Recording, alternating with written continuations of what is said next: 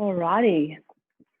For the sake of the video, which I've only just started recording, we are working on this lovely picture today of plums in a bowl. And I've just drawn it up onto my pastel paper with a pastel pencil. So this is a white pastel pencil, or you could use something in a mid-tone that isn't going to stand out quite so much and possibly be easier to remove later. So based on the grid mark on the image, we've drawn this all up and just placed all the plums or the shapes where they need to be. So now we're going to start doing the colour. And colours that I've picked out are these ones. And if you want to see what your colours will look like, sometimes it's a really good idea just to grab a piece of scrap paper that might be similar to the colour you're working on and just push them around and see how they feel together and how they're going to mix together, just to give you an idea of the kinds of blends that you can make on your paper. And so the lovely thing about pastels is you can blend the colour on the paper rather than putting it into a palette and mixing it around and using brushes and things. You can actually do all this directly onto your paper. And so having a nice range of colours is helpful, but if you don't, then you can always mix them on here. So these pastels I've got today are a little bit hard, a bit crummy, not crummy, but just hard. So I've got a dark Bordeaux, which is a dark purple. I've got a red, and then I've got a magenta. Those all together make beautiful plum colours. And then I've got my blue violet, which is my lovely dark. So that's going to be for the shadows. And again, you can push that in and see what that does, and that's mixed in with your beautiful purple. And then the colours I've chosen for my bowl are this lovely blue turquoise green colour, which is really nice. And I've also got a darker little blue that's going to kind of blend in nicely with that as well. This test paper I'm using is a Métience paper, which is lovely to work on, and it's the smooth side. So it's a different texture to what the Colour Fix is. It's not gritty like the Colour Fix, it's much smoother. Has two sides, so this is the smooth, and then there's also a rough side, which is this inside bit. So you can see the different effects that the pastels have on the rough paper there. It's like chicken wire kind of effect. This is also a really nice paper to work on. So if that's what you're working on, that's awesome. And you'll get some really nice textures with that. And then the smooth side, not so much, but it's still lovely. And then I've got this light blue, which I thought might be nice for the shines on the plums. And that, by using a blue or something that's not quite white, means we still leave ourselves room to add a final shine with a bit of white right at the end. So if you didn't have white in there, then the blue would look like it was the lightest and it would glow. But as soon as you add white, you get that extra ping going on. So I'm really happy with these colours from my plums. I think they're going to be lovely. And I quite like the bowl colours. Now the bowl also has a dark rim around it. I might use my blue violet, or possibly a pencil would be a better option if you have pencils. Pastel pencils in a black or something dark. You've got a lot more control with a pencil, and if you want to do a fine line like we've got on the bowl edge like that, then a pencil is going to be a lot easier to manage because you get a much finer line, this pastel pencil, than if you were using a pastel stick, which will give you a fatter line and it's a little bit more crummy and you don't get such a sharp mark. If that's all you've got, then that's all you've got and you've got to use that, and that's cool, or don't put a rim around it at all. But that's where pastel pencils come in really handy, because you can get all those little fine lines and marks done with a pencil as opposed to a chunky stick of pastel. So I'm just going to peel this one off too. They all come with a paper wrapping around them, but it's better if they're peeled and you don't have to worry about that. So they're the colours.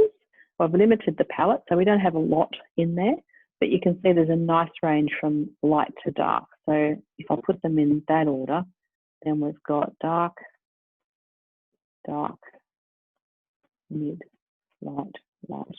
And that's a really nice tonal scale as well. So when you're picking your colours, just be aware that it's better if you have a nice scale from light to dark rather than all mid-tones. If we didn't have the lights and the darks in there, it would look a bit flat. So they're the things that give your paintings and pictures highlight. Okay, let's get cracking. So first, let's do the bowl. The reason we're going to do the bowl first is because it's behind everything else. We're not focusing on the background today. We're just going to let the paper do the work. If you want to put your background in later and make it look like a table, then that's awesome. But for class, we'll just focus on the bowl and the plums. So I'm going to fill in the bowl area that I can see with my blue. Now, this is a little bit too long. I've got to break it. Bad when you break them because you think, oh gosh, paid all that money for that stick and now I've broken it. But they're much easier to manage. So what I'm doing is holding it on its side like this. Because it's a little short piece now, I can kind of get it into those areas without bleeding it over into the other areas too much. And it just gives you a bit more control when you're working in a smaller space to move the pastel around. So literally going right around the edge of our bowl and filling in with this beautiful blue or whatever colour you've decided to use. It doesn't have to be blue. It could be green or pink or whatever's in your box. The colour you like best. And so again, I'm just keeping the pastel on its side, pushing it into the paper. This is a very soft pastel, so it's really hanging on quite nicely. And I haven't really tried to get a sharp edge with it yet, but you could if you use the end of it. So if you can tip it up like a pencil and you could draw a line around the edge, just try and get that edge a little bit sharper. You'll find with pastels though, it's a bit tricky getting sharp edges. So the ideal thing is not to try too hard. Don't get attached to having everything exactly perfect. It's nice to leave things a little bit rough or loose, I suppose. Okay, so now we want to blend this in. So what I want to do is just run my fingers around and push this colour into the paper. Now the reason I'm doing that is so that then I can put the darker blue in and start to create the shadow that's coming from inside the bowl. So you can see inside around the plums it's much darker. And then as you get round to the edge of the bowl, it gets lighter in colour. So I'm going to push this in and then we'll work on some gradients. And if you might feel like you want to put another layer of pastel down, if some of the paper's showing through and you don't like that, then you can always add more and thicken it up. So this is the lovely thing about it. You can keep adding layers until you've got it really rich and thick. So I can now come over this and give it another wipe over, just a light wipe over with my pastel and get more colour down on there and then push that in a little bit more just to make the colour more intense and opaque. And again, that'll depend on the paper you're on. So if you're on a darker paper like I am, then you'll see some of the paper showing through and it'll make the colour appear a little darker. I don't mind that. If you're on a lighter paper, then it'll probably be a little bit, the colour will be a bit brighter and it'll stand out more. So now I've rubbed all that around. And what I want to do next is just get this darker blue that we picked up earlier. And I'm going to put that down just around the inside. Leave a little area between the edge of your bowl in that original blue. I want to wipe a little bit of this just around the inside. And it's always easier to use the side of your pastel than the tip of it to do big marks like this because you just cover more area and you don't get a real sharp line. So we don't want really sharp lines. I can see there that that line's a little bit sharp, but I can blow that off with my fingers.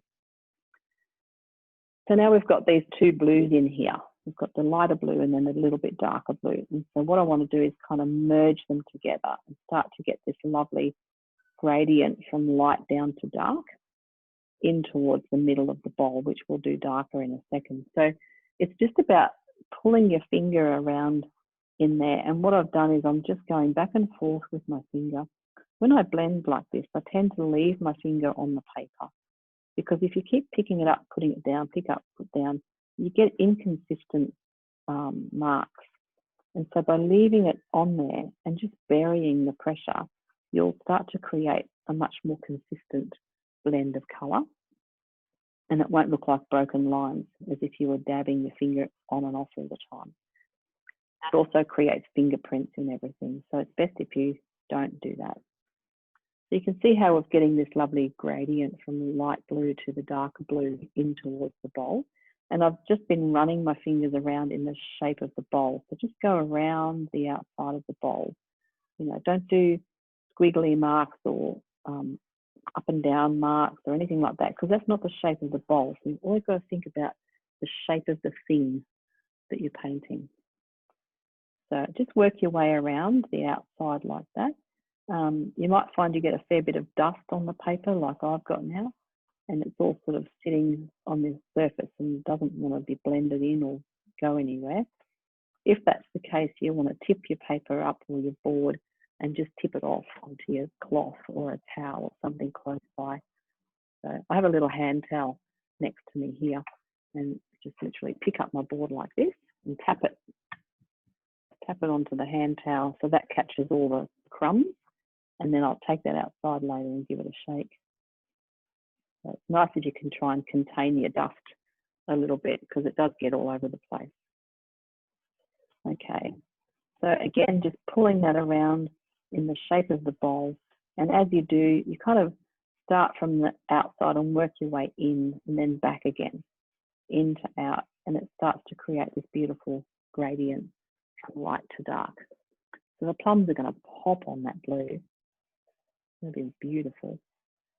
And again, around the other side. So just keep doing that until you've got it all pushed in. And then we're going to put dark in the middle, where the underneath where the plums are, so that we get that lovely rich depth behind them.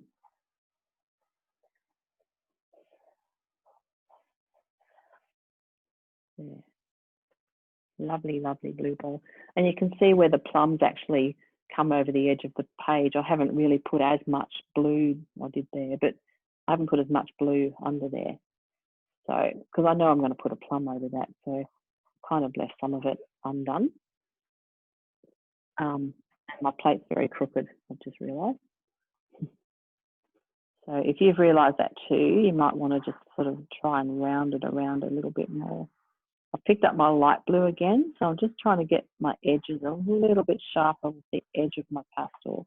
I've still got it on its side, but what I'm doing is tilting it very slightly so that the edge of the pastel gets right to the edge of the plate or bowl there. And then I can run my fingers around and tip off the dust if I have to. So again, I'm going to do that on this side. It's a little harder because I've got to go the other way. Can't really see what I'm doing. Maybe try my right hand, see if that'll do something, because I'm left-handed. So yep, that's working nicely. So again, just pulling that around, and as I'm doing that, it's creating this really nice texture on the edge of the bowl and over the top of the other blue. So I quite like how that looks. Looks almost handmade, which is a good thing because it's not circular. So let's say that. Let's say this is a handmade bowl and it's not perfect.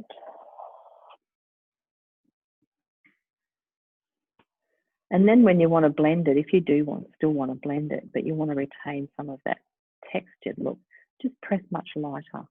So don't push it so hard. Just lightly run your finger over it, very lightly, and kind of pull the colour around softly, but not too hard. That will keep it it'll keep the colour sitting on the surface, so you get that lovely, lovely glow.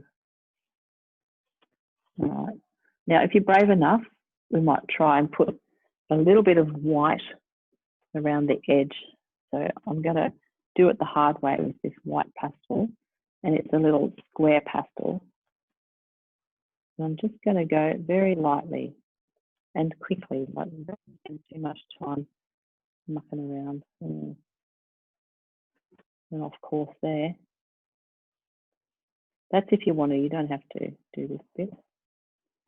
But I just wanted to give it that little bit of shine right on the rim there, and then just really gently pull that around again, just to get some of the dust or pigment pushed into the paper so it's not sitting on the surface.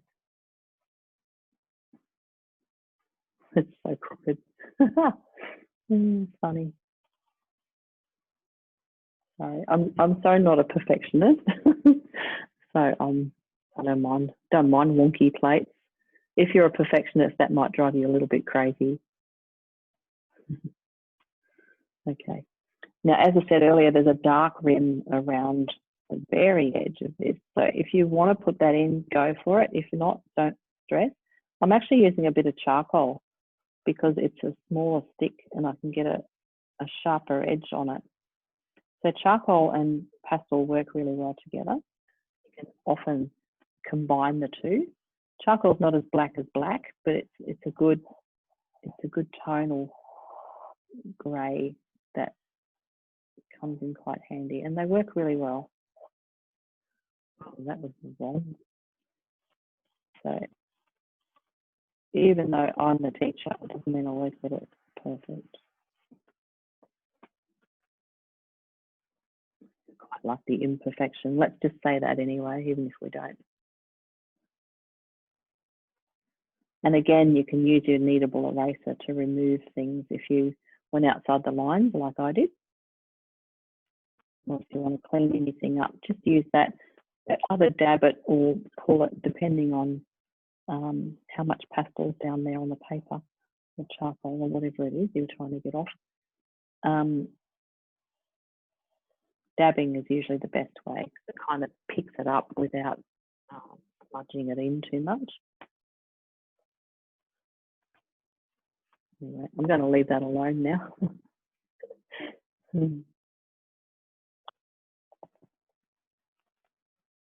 All right. So if you've got some dust on your page, then just give that another tip off, and we can start getting into the centre area, which is quite dark. So what I want to do before we put any plums in there is get this blue violet or a black, if that's all you've got, and mark that in around where it's the darkest. So you can see, you know, in between all the plums is really dark because there's no light getting down there.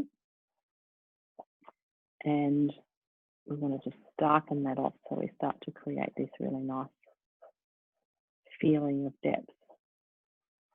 We're going to bleed or push some of this dark up into the bowl as well, because I can see there's dark just around inside the bowl, around where the plum sits. So we need to pull some of that into the blue of the bowl. So I'll start doing that now.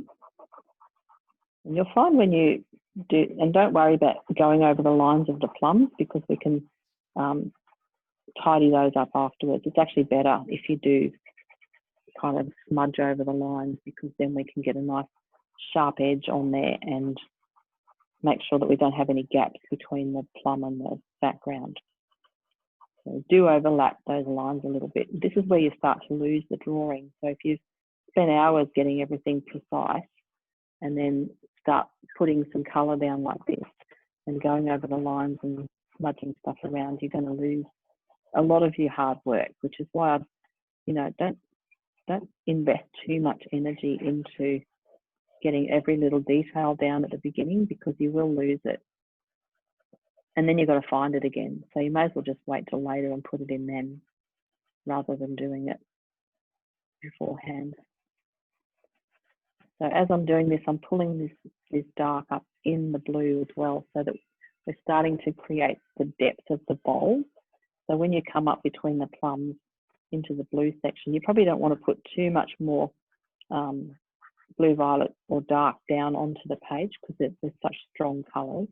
But just use your finger to kind of pick up some of that pigment and push it up into the blue. So we're getting that lovely depth in the bowl.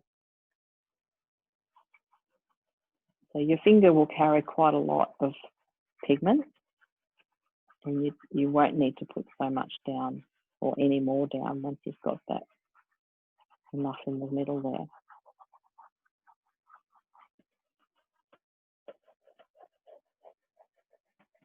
If you're using blue violet, it's such a lovely colour. It's just my favourite one for shadows and dark.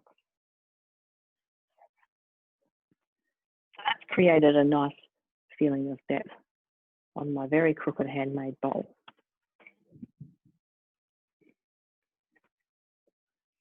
Cool.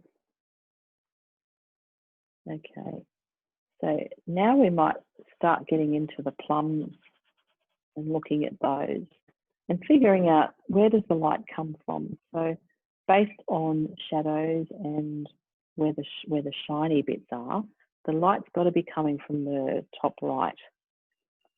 Yeah, because the middle plum is casting a shadow on the plum that's bottom left of it. So that means the light's got to be coming from the other direction. That's always an important thing to consider when you're doing your painting, because it'll help you determine where to put your lights and your darks when you know where the light's coming from. Okay, so let's get cracking. So we might do the ones that are kind of behind first, and that's the best way to go, because then you don't have to get in behind anything later. Let's start with this bright red, this little sneaky one that's hiding under there. So I'm going to put bright red in there, just a little smidge of it,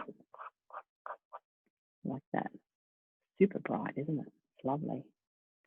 And so that's a little plum hiding under there. And what's happening is, as it's turning away into the middle of the bowl and under that center plum, it gets a little bit darker. So then you could pick up your blue violet and just add a bit of that to the left side of that little mark, and then smudge it across with your fingers so that you're starting to get that nice graduation from the bright red down into a darker red. And that's all we want to do on that one, I think, for now. And so that's sitting underneath these other two. So if you do the stuff that's behind first, then it means you don't have to get back in there later to try and, you know, get at the finicky parts that are stuck behind things. So I always try to work from back to front. It's a lot easier. Okay, so the next one I reckon that's behind is probably the one that sits at about 11 or 12 o'clock. And that would be this one here. So what I'm going to do is just put some of my red down into the section or the area where that plum is. So basically draw it in again. I'm using my mid red, and the reason I'm doing that is because I want to block it in with that, and then I can add my dark to darken off the side, and possibly a bit of a light to lighten up the bright side.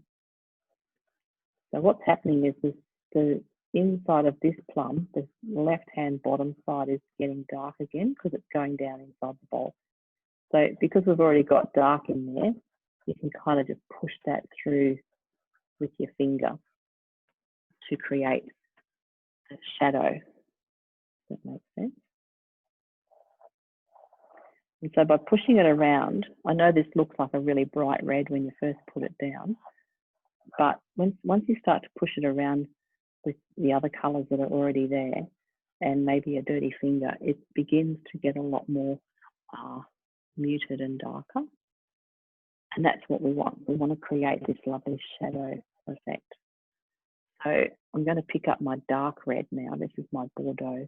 Not everyone will have this one. If you don't, then maybe a dark purple or even a dark blue would work, just to create another tone. That's all we're doing. And it doesn't matter if it's the same colour or not, we just want tone. So when you look at this plum, you can see on the right-hand side where it's next to the other plum, which is sitting out above the bowl, you can see either side of this plum or outside of each plum, if they're down underneath, there's shadow. So you can see it's quite dark in there. And it almost disappears into the background, doesn't it? It's like a lost edge, what they call lost edges. And so the dark side of this one kind of comes up into the top of the plum, and then it gets lighter on the top and catches the light there. And then on the other side, it's also really dark because again, we've got lost edges or lots of dark under there. And so we want to pull that up as well in towards the light section. So I don't know if you can see, but I can see that that's already starting to take on some form. And I've only used 2 reds in there and blended the blue violet that was already on my paper. So that's a really nice, gentle way, I guess, to, you know, get those beautiful tones or shadows happening. And when you put your blue violet or your dark blue into the red, it just makes the most amazing, beautiful colours. So looking at this one, it's got shadow on the left, on the bottom, and on the right, and then it's really light on the top edge, isn't it? So I think where it's catching the light. So if we do the brighter red or a lighter red, I think you've only got a pink. You know, a light pink would work, or an orange. I feel like I want to go lighter actually, but that's going to be my lightest area there because that's where the light's hitting it. And then of course we'll put in the highlights in a minute. I think I'm going to go a bit lighter though. I'm just going to find it. Maybe what do I want? Orange. Something lighter than red. I'll try a bit of orange and see what happens. So don't be afraid to pick up other colours and try them. I mean, you know, if you've got a whole box full of pastels, why not? So this is an orange, and I just want to see what that does. I feel like it's going to give it a beautiful warm glow. That's nice. Yeah, going to keep that one. Let's keep up. So if you don't have an orange, then maybe something like a yellow would work, because yellow and red make orange anyway, and you'll still have that beautiful warm tone to it. So that's quite nice. I'm just going to dab it in around the edges a little bit to soften that off. So when you don't want to push the colour in and blend it too much. So if, for instance, I pushed all this in now, I'd lose the vibrancy of the colour because it wouldn't be sitting on the surface anymore. And so by just dabbing it with my finger, it's still staying on the surface, but it's kind of being pushed into the tooth of the paper. So it's sticking to the paper a little bit better without me blending it. And blending it, yeah, it'll just turn to mud. And then you can always come back and put a bit more on if you want a little bit more of a shine. I haven't put the white shine on yet, or the light shine. This is just the light red colour I can see. So it's nice how that sort of has a lovely little glow to it. So that might be the combination I'm going to use for the rest now, when I want that lovely light red colour. Getting a lot of dust on there, but we'll sort that in a minute. So now I'm looking at the shape. So remember, this one had a little triangle shape in the middle there, where the stem comes from. And then it's a little darker. So what I'm doing is I'm going to make some shadows in a minute. I'm just putting a bit of dark pastel down. So that's my blue violet pastel. And I'm just dabbing that down in the center there where I can see the little hole in the middle where the stalk came from. And then it's quite like white, or it's got that dusty, plummy kind of, it's almost mauve, isn't it, actually, that colour in it. I'm just going to try this light blue, see if it's going to be too light. Put a little bit of that in there. Looks like it might be a bit light. I just feel there's a bit of light there. So again, noticing those little tiny things where it's lighter. So just this little section here, I made a lighter blue, just pressed a bit harder and got more pigment down. And so that's starting to tell me that there's a little light just in there and everything else is in shadow. I know it's just a minor detail, but it matters because that's what's going to give this thing some form and help us to, you know, tell you where the light is and the shape of it. So now what I'm doing, I've put the dark mark just at the top of that curve where I want to create a bit of a turn. And I drew a line literally, and now I'm just pulling it out with my finger. So I'm putting the pad of my finger on there and pulling it out to the outside of the plum, because what I want to do is get a bit of like a shadow or a turn happening. I think that's working.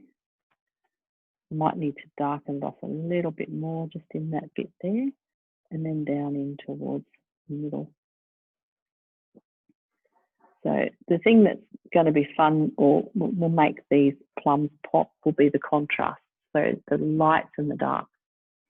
So I don't mind how that's looking. I think even though the pale blue was a bit much, now that I've sort of softened it off and dabbed it in a little bit and created some form with shadow, it's starting to look like a plum, oddly enough. Now this one also has a little seam down there. I'm going to try that with the light blue as well. You know, the nice thing is if this doesn't work, I can just smudge over it and get rid of it. So that didn't quite work.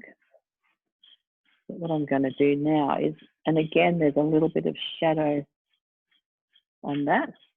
So that little seam that's running down the side of the plum, I've done in my pale blue, which is the same color I used inside the triangle bit there. It's very light, and I smudged it off so it's not too bright.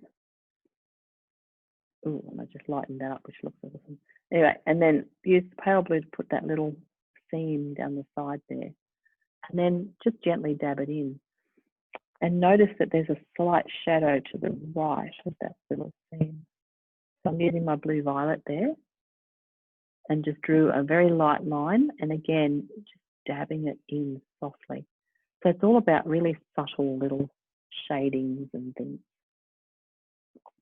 And then I put my pale blue back in here where that, see that little shiny bit was in the triangle just there.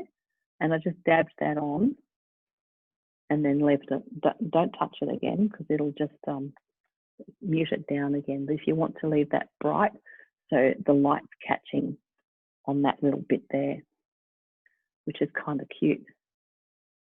And then just for fun, even though I like to save my light for last and put all the shiny bits in at the end because that's when it gives you the most joy, I've just got to put some in here now anyway. So I'm using my pale blue, not white, just to put the shiny bit on the plum there. I'm just using the end of it, but kind of loosely, so we don't want a hard mark. Yeah, nice. And then a little bit over there. There's a little shine just to the left of the crease as well. So using the light blue, and then when we get to the end, we can add white.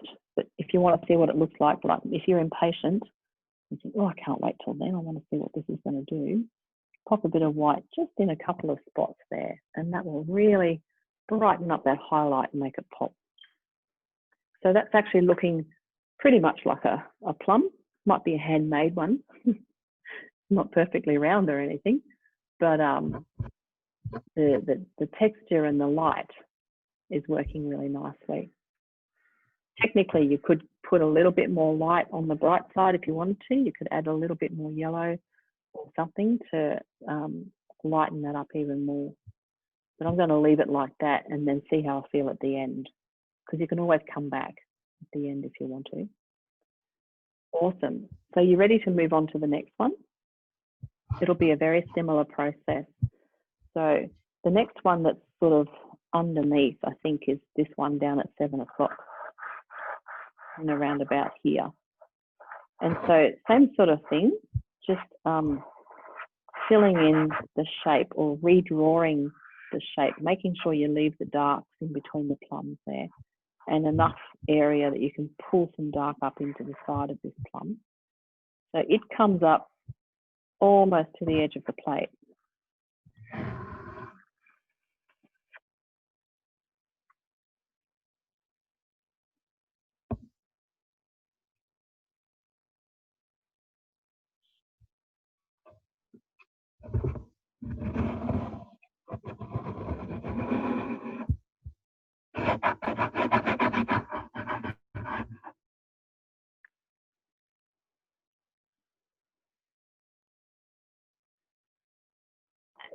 not quite hitting the edge.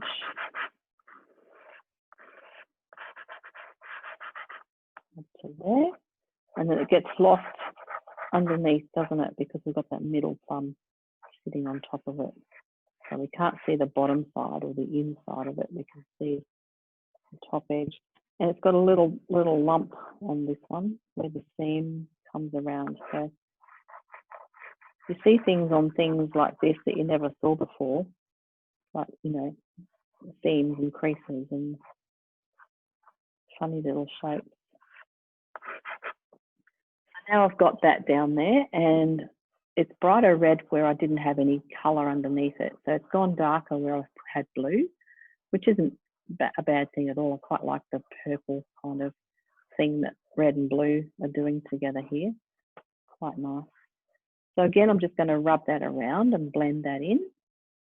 And it kind of, again, gets darker in towards the middle. So I've got to pull some of the dark up into the sides and the bottom of it. And if you don't have enough dark down, then you might want to just grab a little bit more blue violet and push that over the end.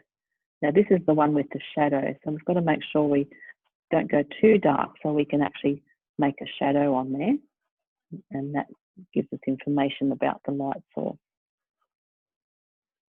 Nice. And so picking up my Bordeaux again, so that's my darker one, very similar to the colour I've just made actually with the blue and the red. So there you go, you can make it quite easily. Putting that down where I can see the darker red area. So that would be at the edge where it meets the plate. We've also got some reflection of the plate on this one. So you can see the, actually it's on the other one too, I missed that. Huh. Interesting. So you can see that, just go back to the other one for a sec. There's a little reflection just inside on the left of that plum, just there. And it's the blue of the plate. So it's got reflection bouncing off the plate onto the plum. I've used the blue and then I just dabbed it in softly, so it's not super strong or too dark. Lovely. Now, I need to lighten up this second plum that we're working on. So I want to get a little bit more red, or my lighter, brighter red, into the top section of it, because as it folds away from us, it goes quite dark. And better tip some dust off.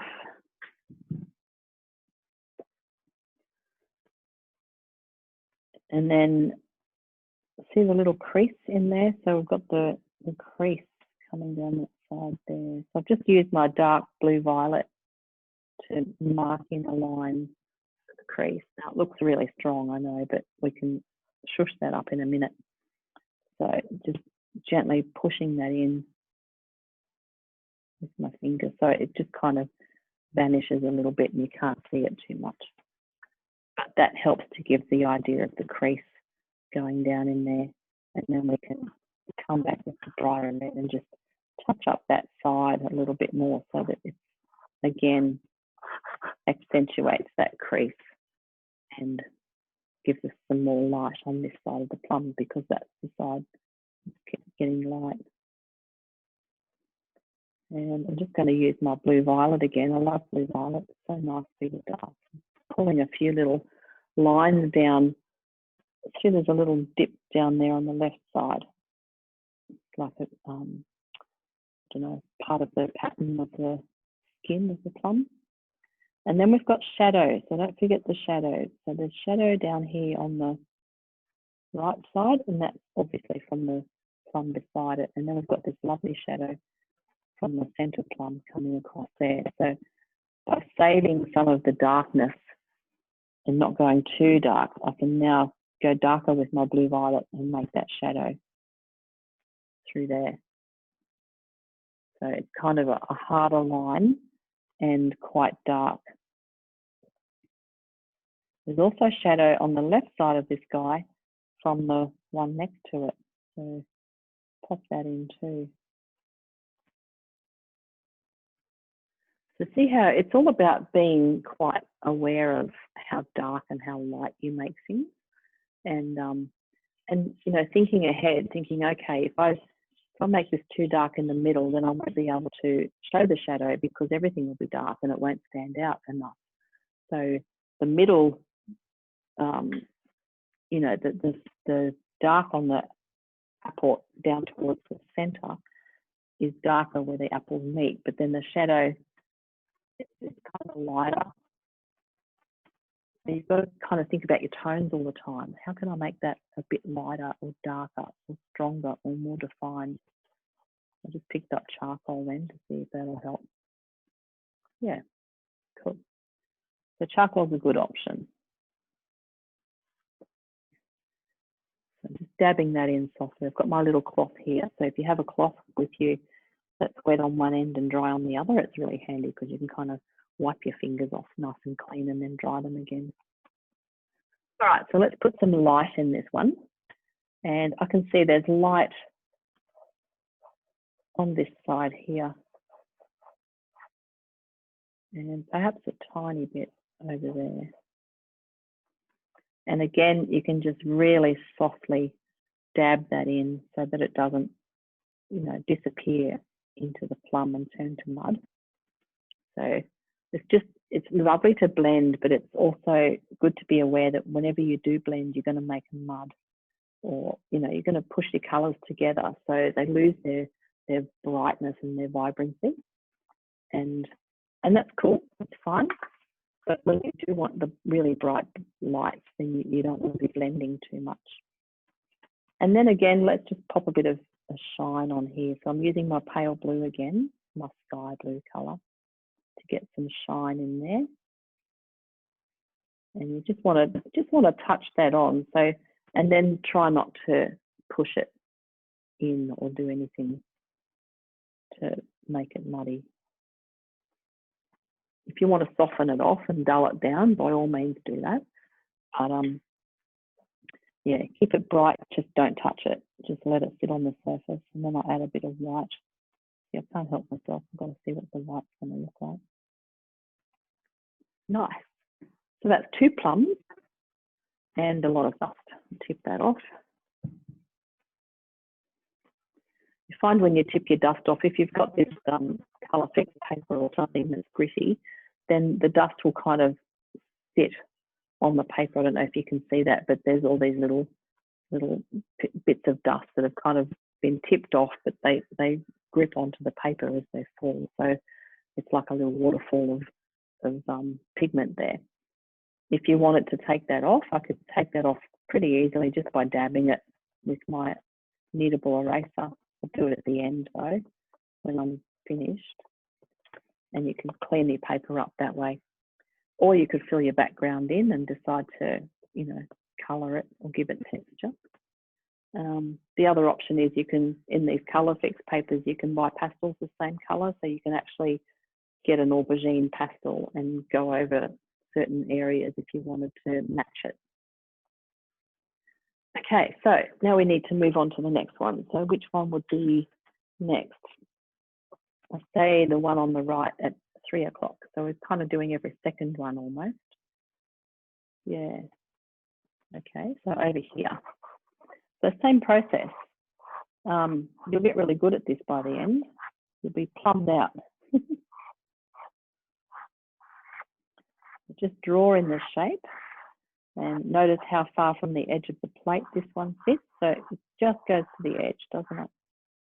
Just slightly there. And down. And then again, just put some colour in there, fill that up nicely with your red. Red's a hard colour to get, you know, like a good red. It's really tricky to find a really good red. This is not too bad. I don't know what brand that is. And then push it all in again. So again, it's dark down on the left side where it goes into the inside of the bowl, and then it's kind of lighter top right. So again, it's about the light and noticing the direction of that. So I can pull some of this blue violet, it's already on my page, up into the bottom side of this plum, and that will help to give it some depth. If you feel like you need to add more dark, then go for it. So I feel like down under here, because we've got that little light plum underneath this one, I want to make sure we keep that nice and light. So to keep it light, we need to darken off the edge of this one so that they kind of stand apart, don't look like they are one thing. So there's always that slight, you know, difference between the lights and the darks of something. So that's looking good. So that's sitting on top of that one, which is what you want. And then this one doesn't have any little belly button thingies. So I'm just going to pop some of the orange in the light section where I can see that it's a brighter kind of red. And again, just patch that in. I might have to pop some more on the surface of that just to brighten it up a bit more. So this is what happens when you blend. So now I've blended that in, it's gone kind of dirty, like a dirty colour, and it's lost its vibrancy. So if you compare that one to the one we just did and how the orange is sitting on the surface of the one we just finished, but I've blended it in on the other one, it's a really good example of what can happen when you blend too much. But by letting the pastel sit on the surface rather than pushing it around, it's much more vibrant. So, and that's a big trap. Once you start blending pastels, you don't want to stop. It's really hard to stop. And but yeah, it took me years to stop doing that, because you just can't help yourself. You just want to keep pushing it around and blending it in and creating, you know, all these muddy colours. And then when you don't want mud, it gets really annoying. I mean, mud's usually beautiful. I love all these muds and darks down in here in the bottom of the plum where it's sinking underneath. But the orange really gives it a nice shine. And then we can do the same thing. So you can pop a bit of your light blue or whatever you have. See across the edge there, right on the edge of this one, it's got a little bit of light. And then we've got a big patch of light here. And I can pop some white on that to brighten it up a bit more. And then over on this side.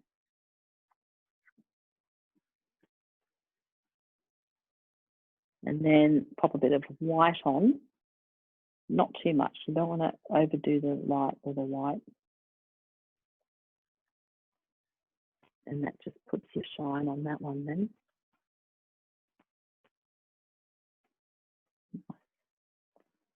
Just wondering what this magenta will look like. Oh, that's quite nice too. That's very nice. So this is what happens, you see. I had this one before, I picked it out and I haven't used it. And I just spotted it and thought, let's put a bit of that on and see what happens. And it's really beautiful. So now I've got to put that on all of them. They're looking a bit like apples really, but anyway. Same theory, I guess. Yeah, it's lovely. Okay, cool. Now, put a bit of that in there too.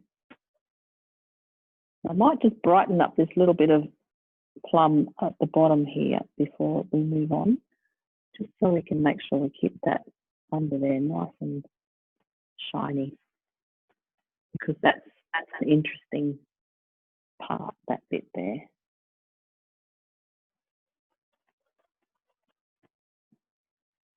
Yeah. Okay, so then it's about moving around the plate and figuring out what's next in order. So I would say it probably doesn't really matter too much, because they're all sort of, the next four are all sitting on the surface basically. So let's go up to top right, that lovely dark one. It's a little bit darker than all the others, isn't it? So I might do that one with this darker colour. And again, just trace around the edge of it and get the shape, right? And make sure you don't go over that little one underneath, because we want to make sure he stays there. And so this is my Bordeaux colour. Bordeaux is like a dark burgundy kind of red colour. And this plum, to me anyway, it looks a lot darker than the others.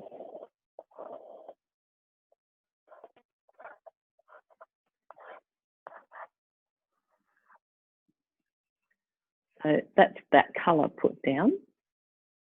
It's really cool how they just all come alive, isn't it? Let's get a progress shot.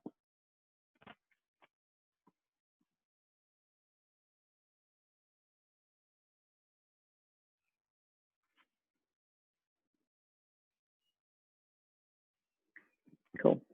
Okay, now I'm going to blend this one in. It's a lot more purple. And with the blue from the plate underneath, it's going to get nice and dark.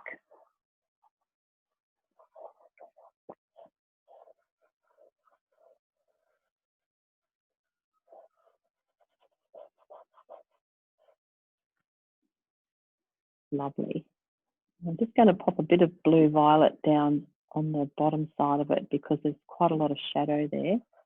And there's dark in between this one and the one in the middle. So we want to make sure we get that in before we have to do the one in the center, so that we don't need to get in behind it again. So I've just made that really dark in there. And kind of comes down through there. So see on the left-hand side of this one, it's reflecting the plum next to it. So just in here, I'm just going to show you. I'll put a bit of red there so you can see what I'm talking about. There's a little reflection just through there of this one. So I'm just going to, I'll put a bit of brighter red there and just dab that in lightly. So it's not a big thing that pops out too much, but it's definitely there, and it's good to be aware of that. And then around the bottom of this one, we've got all this dark right around the bottom of it, and it kind of comes up, and we've got this beautiful sweeping shape that comes around like that a little bit. So it's going to be similar to the first one we did. It's got that little powder blue, dusty kind of colour in the middle, and then it curves out because it's got this beautiful central piece. So it's just about finding the right darks to illustrate that, and lights, of course. And then if I get my light blue, so it's got a crease as well. It's got this beautiful little crease that comes around. I'm just doing it with light blue, very lightly.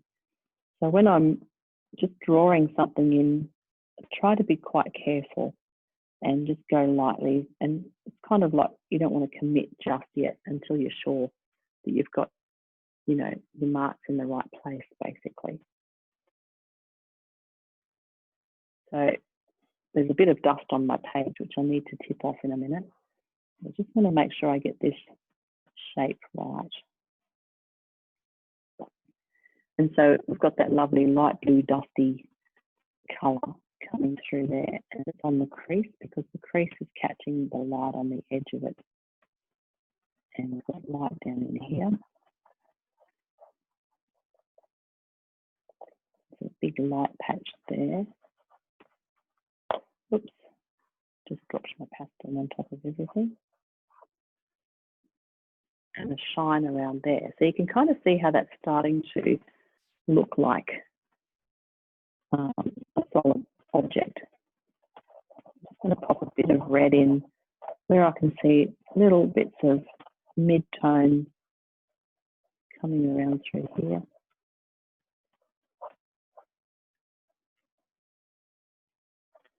And then in the center, where the little stem comes from, is quite dark in there. So we go down into like a little crevice, like a hole.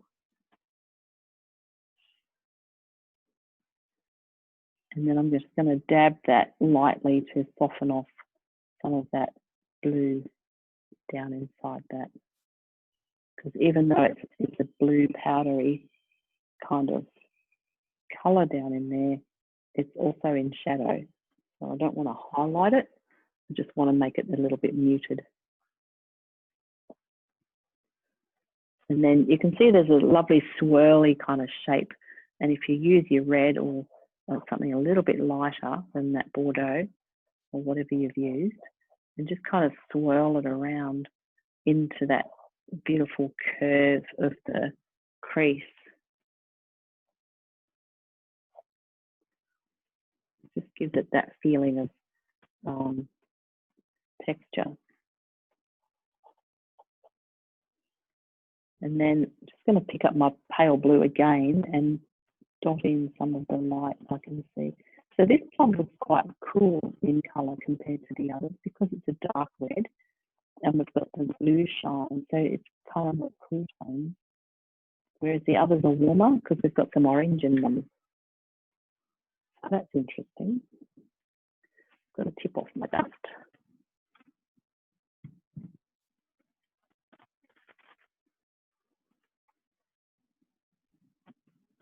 And then just be sure that you sharpen up the edge of your plum against that one underneath, that little bright one underneath, so that you get a really distinct line between those two.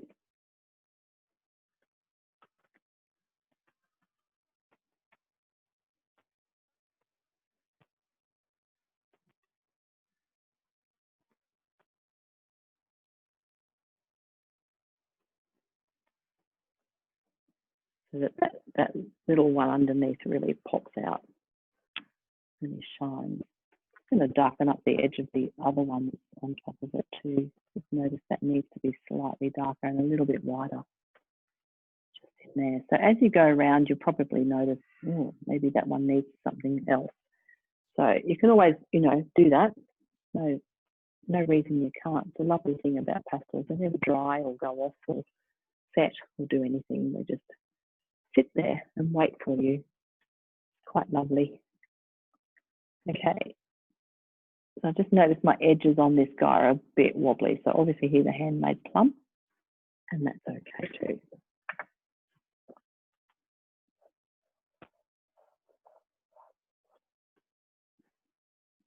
So it's all about shapes, isn't it? It's just looking at lines and noticing the direction of things and the colour of things and how they all kind of fit together. Don't forget to put the little reflection of the one next to it in the side here.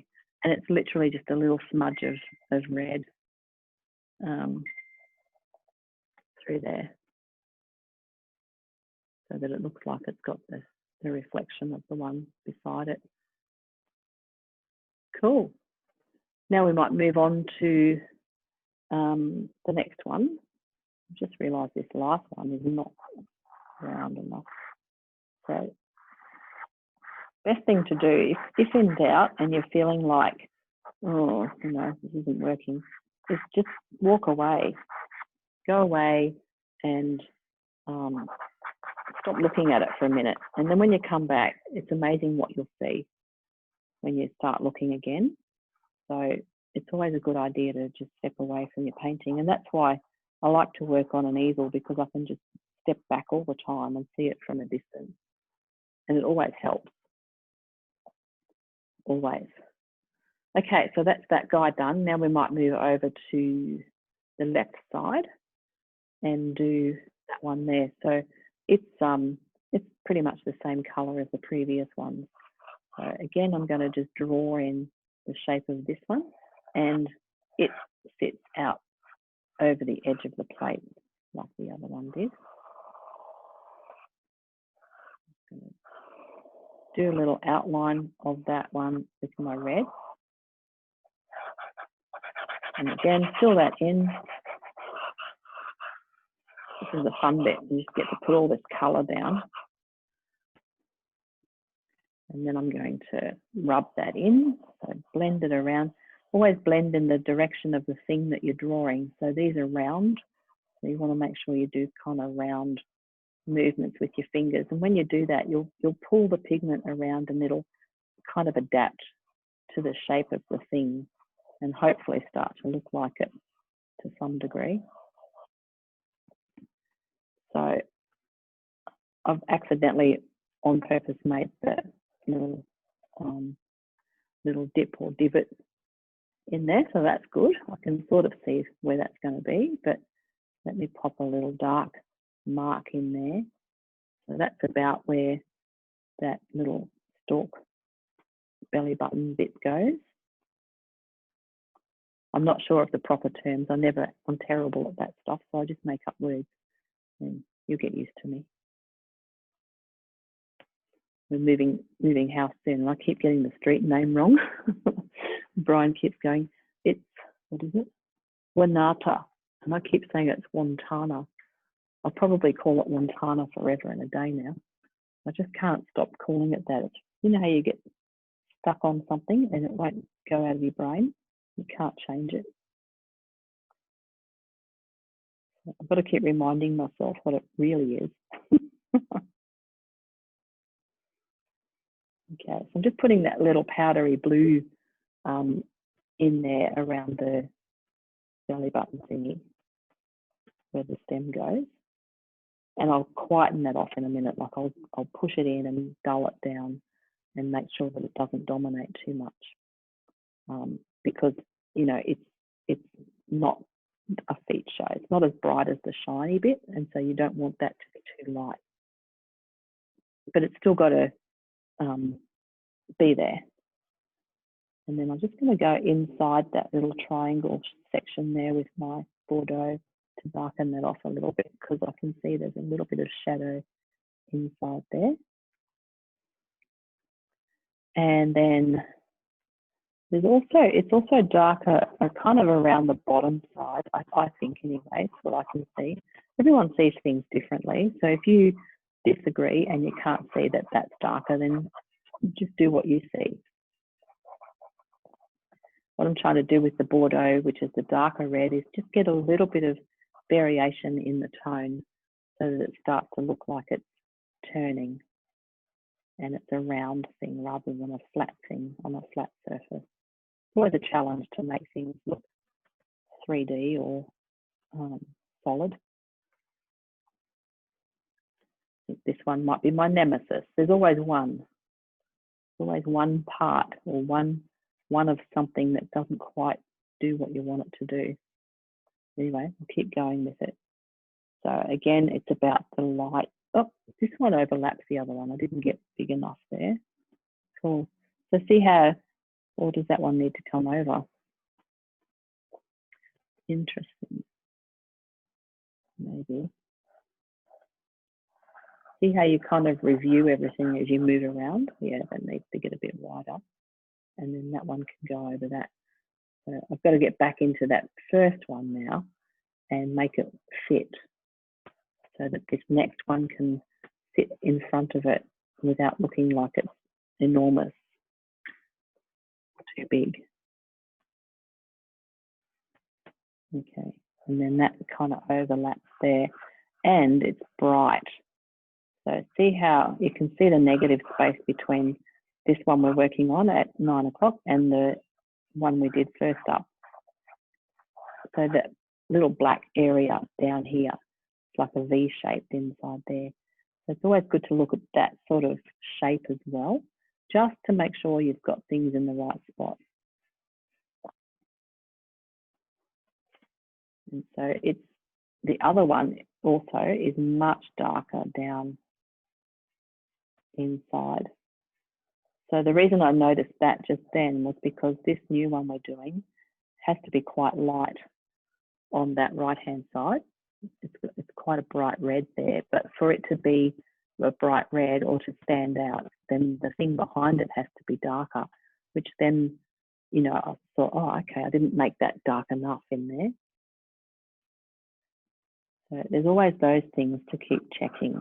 And then this brighter red, I'll pop some orange on there in a sec. can bring this one forward. See how that now comes forward because it's got dark behind it and it looks like it's higher or closer. And then I'll pop a bit of orange in there to brighten up that edge. And again, I'm just wanted to let that sort of sit on the surface. I'll dab it in a little bit. And I wanted that to catch the light right there. So everything's about the light. It's all about where the light's coming from.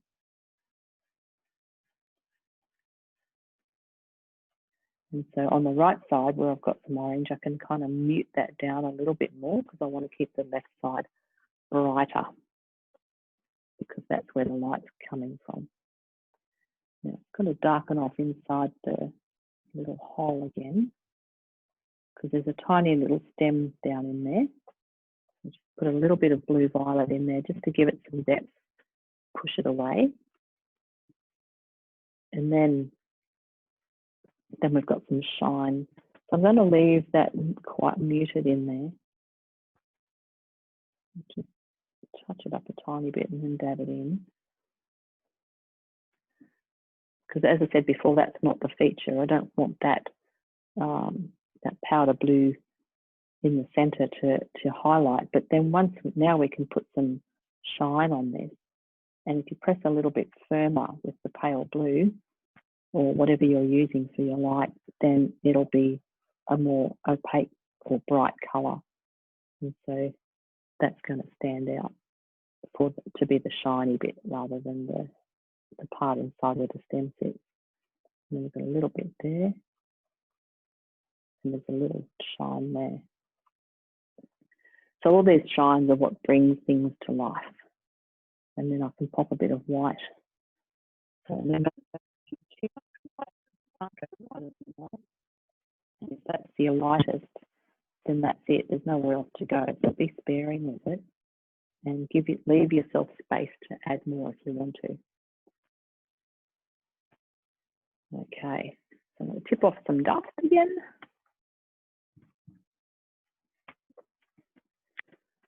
Coming together, it's a wonky looking plum, that one. It's a little bit of an odd shape, but kind of a little elongated anyway. So they'll all be slightly different, and that's cool because they're handmade, right? Right. Okay, let's get into this. Which one do we want? I might save the middle one for last. So we might head down to the bottom now and do that one that's heading off the page, basically. So it comes around. Again, look at the negative space between this one and the next one. And notice again that it didn't go quite wide enough with that. So I've got to pull the last one across a little bit wider here so that we can overlap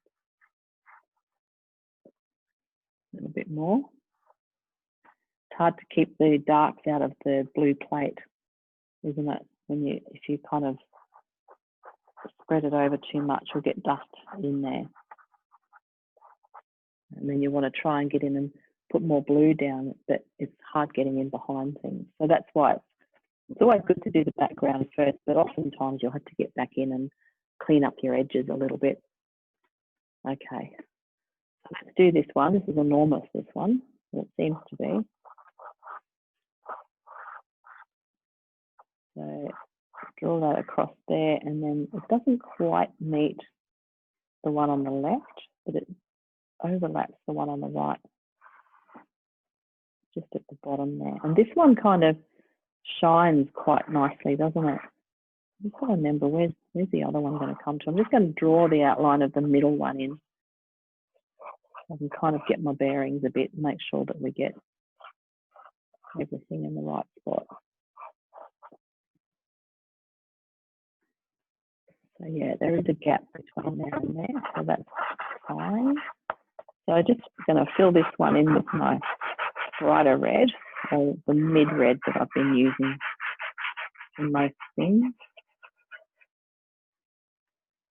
And then again, and just pushing that round so it's picking up the blue from underneath, making these beautiful purple colours, which is lovely.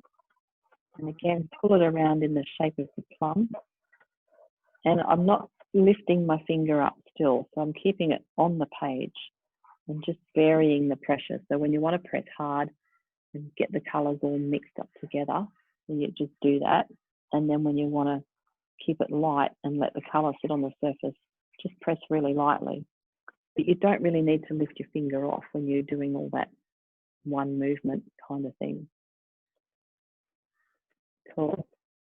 So now I'm going to just have a look at where the darks are. So this plum seems to sort of sit on top of everything else, doesn't it? It's not terribly dark around the base.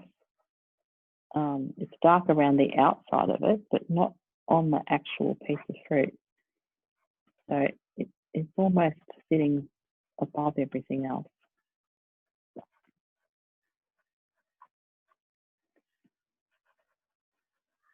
I've got my dirty fingers in there now, messed all that up.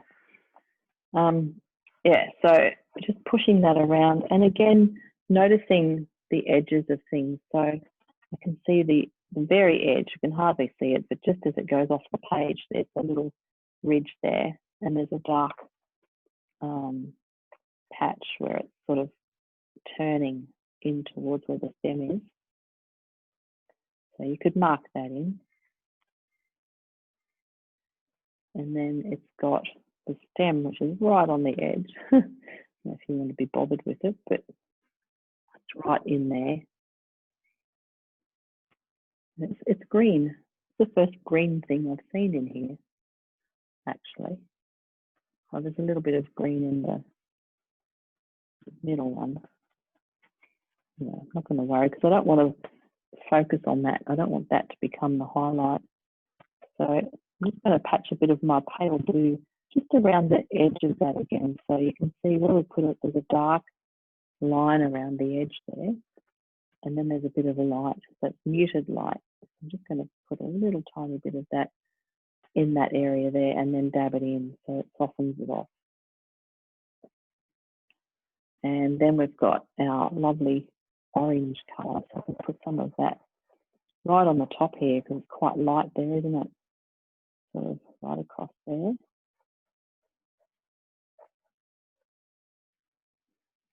And dab that in. So if you're like me, your fingers are probably black. You probably should clean them off, but we haven't. Push that in a little bit. So that gives me some light on there.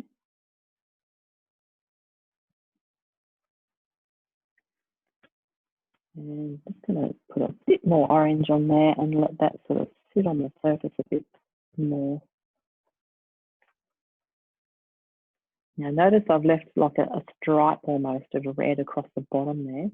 So that's what I can see in the picture anyway. Looks like a shadow from this middle one running across there. So that's important because again, that's telling us where the light's coming from and how everything is positioned on this plate or bowl. Okay. There's some very small plums and very big plums here. That's okay. The other secret is never show anyone your reference photo. Okay, so don't ever let anybody see what you're painting from, and that way they can't be critical. So it's always good not to show that. Okay. So I'm just putting a little bit of light on this one too. So I've got a nice big patch of light about there. And again, I'm using my light blue. So I can save my light for last. I'd like to have that for the last touch. A bit of blue there. We're looking very much like apples. I think I've done too many apples in the day. And then a touch of white, just for a little bit of shine. Cool. All right, so I'm going to tip off my dust. And then I'm going to get into the last one. So we're going a bit over time today, but that's okay. Let's get stuck into this guy. So the middle one's always the fun one. This is what will tie everything together. been working towards this. We've created all the ones around it, and now we can do this one that sits here. So notice on the bottom and left of it, it's darker because remember the light's on the right. So when we're pushing this one around, make sure that you keep some dark over there on that left side. If you haven't left it there or you need to add more, then you can do that. Just put a bit more blue violet in there or a dark blue, whatever you're using for your dark, and push that in. So that starts to look like we're looking down on it. And then we've got this lovely center shape in here. So it's like a little diamond shape in the middle there. I'm going to do that with my blue violet. So that's a nice dark spot. And put a little bit of dark just back into this left side again. So I'm just wiping a tiny bit on there and then I'll push it around with my fingers. I'm putting some of the Bordeaux in there too. So you can see that everything is kind of running around the center of this one. The center's in the middle and everything kind of stems from there. So it's about getting those little shapes and tones running in the right direction. So what I've done is I've just pulled my darker red pastel around this section here. And as I'm doing it, I'm putting the stick down, but I'm pulling it out that way towards the outside of the plum so that it's starting to hopefully get that kind of grainy look in the skin and pulling it out. So I'm just going to gently pull that out with my fingers and soften off where those lines meet.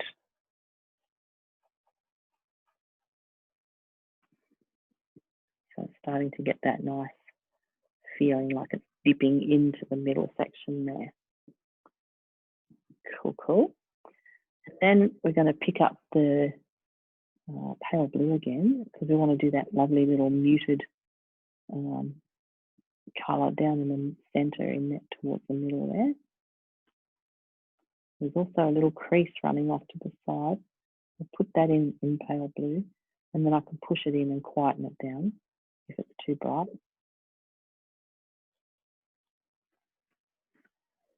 So I love how the blue works really nicely with the red like this. It's better than white because once you put white on, yeah, that's it. Sometimes it's too light.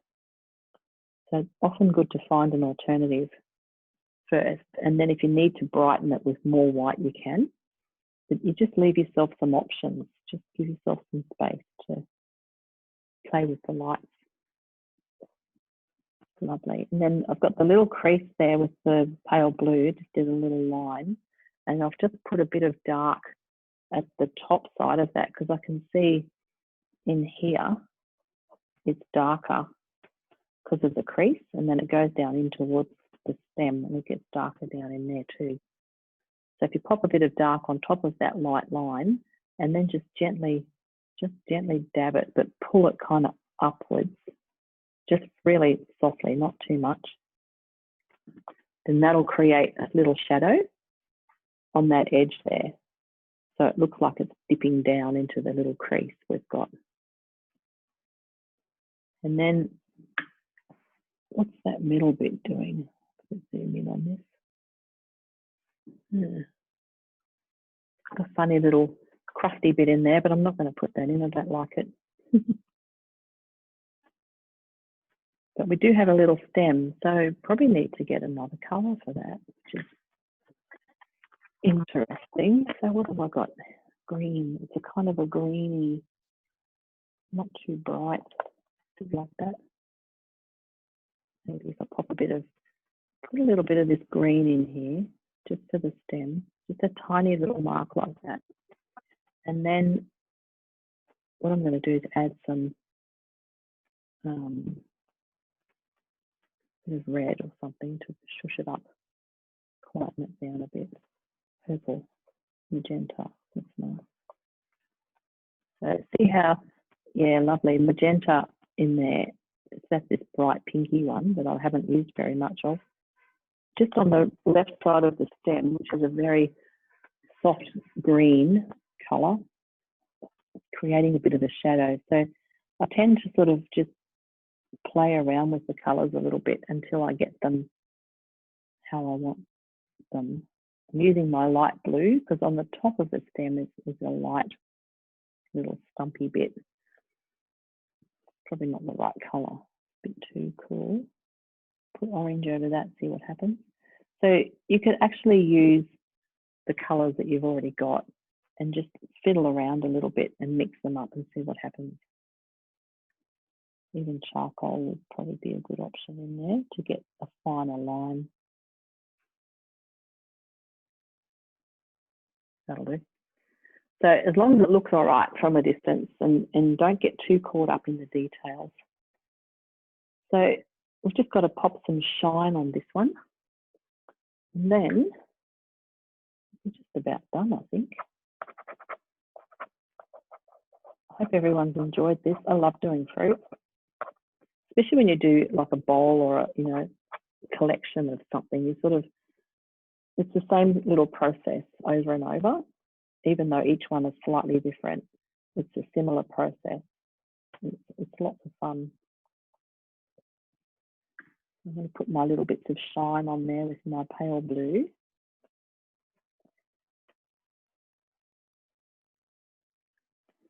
And there's a bit of shine that just goes all the way around like that, which I'm going to soften off in a minute. So I've got the orange, put a bit of that in.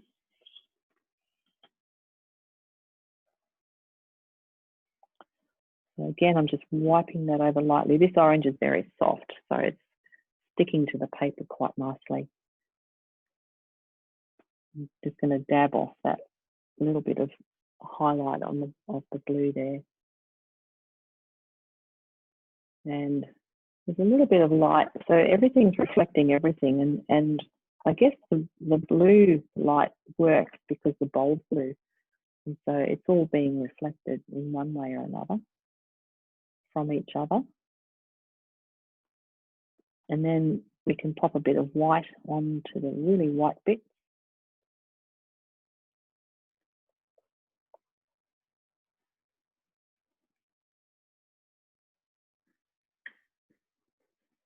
And there's a bowl of plums. Aren't we clever? Growing those in one afternoon. It's pretty groovy. Now I'm looking at that thinking, oh, that top one's too small and the bottom one's too small. Doesn't matter. It's all good practice. It's good practice for observation and learning to look at things as shapes and sizes and how to bring things forward and send them back with your lights and darks and so forth.